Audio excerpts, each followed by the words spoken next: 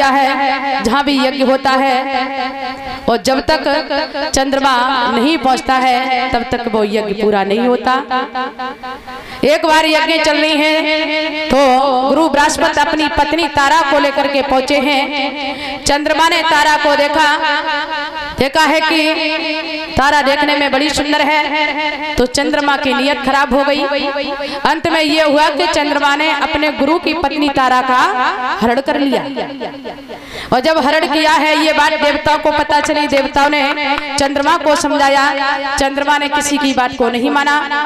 सभी देवताओं ने जाकर के भगवान विष्णु से शिकायत की है, नाथ चंद्रमा ने अपने गुरु की पत्नी तारा का हरण कर लिया है, और गुरु की पत्नी तो गुरु के समान होती है, ये बहुत बड़ा अपराध है।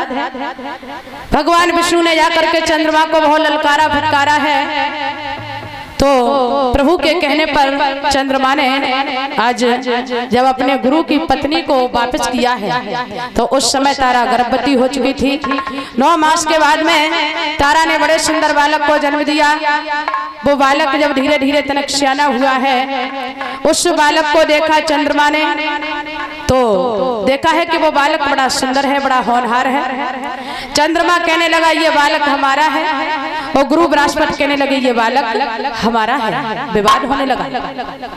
वो बालक कुछ समझदार था, हाथ जोड़ करके बोला मैया अब इस बात का निर्णय कोई और नहीं, केवल तुम ही कर सकती हो कि हमारे असली पिता कौन है।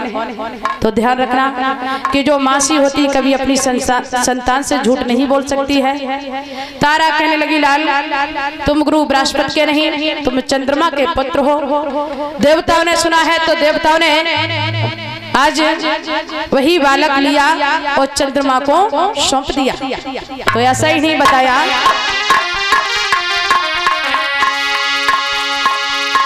चंद्रमा का लाल समझ करके वो लाल चंद्रमा को सौंप दिया। उसकी बुद्धि को देख आज बुद्धि उसका नाम रख दिया।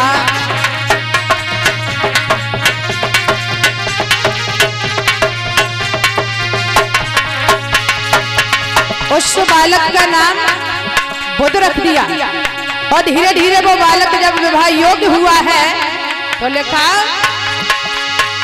फिर थोड़ा समय बीतने पर बेटा ने करी सगाई है। एक सुंदर नारी पतिव्रता जो इल्हा नाम की नारी है।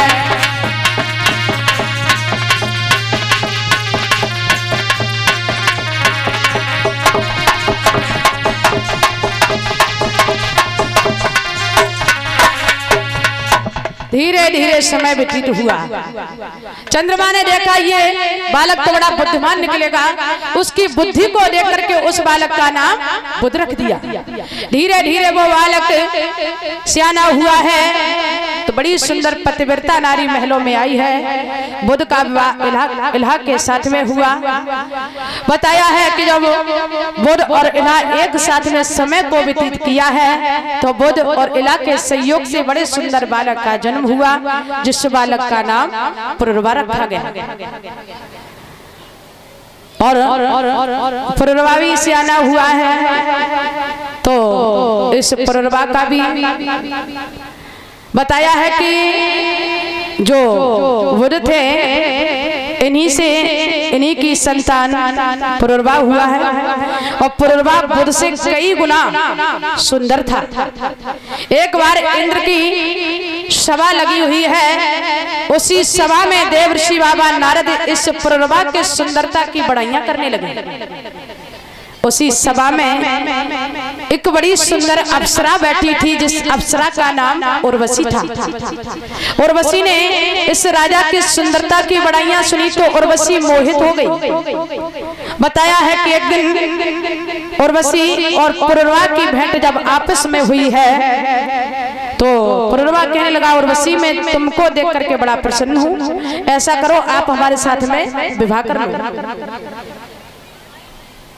पुरवरा की बात को सुना। उर्वशी कहने लगी महाराज कोई बात नहीं, मैं आपके साथ में विवाह तो कर लूंगी, लेकिन महाराज हमारी 3 शर्तों को स्वीकार करना पड़ेगा। बोले कौन सी? उर्वशी कहने लगी महाराज पहली शर्त हमारी ये है कि मैं शुद्ध घी के भोजन करती हूँ। दूसरी शर्त हमारी ये है कि जो आपके दरवाजे 2 भेड़ के बच्चे बने हैं, जिस दिन वो बच्चे चोरी हो जाएंगे उसी दिन हम इंद्रलोक में वापस चले जाएंगे।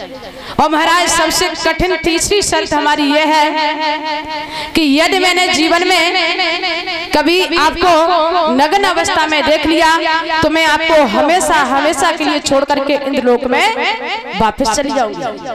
अगर ये शर्तें आपको स्वीकार हैं तो बताइए। पुरवा ने उर्वशी की शर्त को स्वीकार किया। बड़े विधि विधान से उर्वशी का विवाह पुरवा के साथ में हुआ। बोली वृंदावन बिहारी लाल की। तो श्री सुखदेव जी बोले हे राजन परीक्षित, बताया है इंद्रदेव को पता चला, इंद्रदेव ने मन में विचार किया है कि जो सबसे सुंदर अप्सरा उर्वशी थी वो इस इंद्रलोक में नजर नहीं आ रही है। दूतों को भेजा है, जाओ जाकर के पता करो कि आखिर में उर्वशी है तो है कहाँ। दूतों ने जाकर के पता किया, कहा है नाथ उर्वशी ने अपना विवाह कर लिया है। इंद्रदेव समझ गए। इंद्रदेव कहने लगे आप जाओ, यदि उर्वशी ने विवाह कर भी लिया है तो उसकी जरूर कोई न कोई शर्त होगी। यदि एक भी शर्त उर्वशी की टूट जाएगी तो वो हमारे इंद्रलोक में पुनः वापस आ जाएगी। दूतों को भेजा है, रात्रि का समय है। आज दूत उर्वशी की शर्त को तोड़ते हैं और जब शर्त टूट गई तो उर्वशी इंद्रलोक में वापस चली गई। बताया है कि जब उर्वशी इंद्रलोक में वापस चली गई, पुरवा उर्वशी से इतना प्रेम करता था कि पागलों की तरह घूम रहा है, उर्वशी को ढूंढ रहा है, लेकिन उर्वशी कहीं नजर नहीं आई। तो एक दिन भगवान की कृपा ऐसी हुई कि उर्वशी की पुनः भेंट हो गई।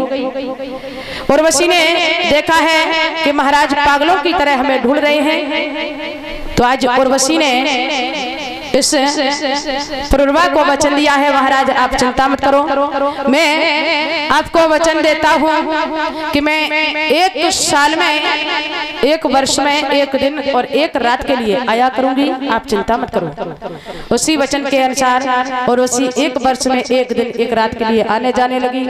आज उर्वशी और पुरवा के सहयोग से 6 बालकों का जन्म होता है। बोली वृंदावन बिहारी लाल की, बोल राधा कृष्ण की।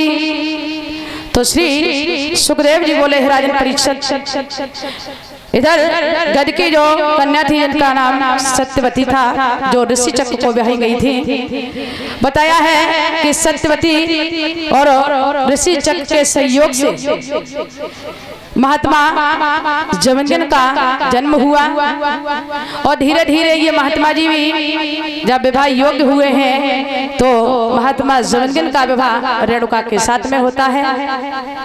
भगवान की कृपा से रेणुका और महात्मा जमदग्नि के सहयोग से एक महाबलशाली पुत्र का जन्म हुआ, जिस पुत्र का नाम रखा गया वीर परशुराम। बोली वृंदावन बिहारी लाल।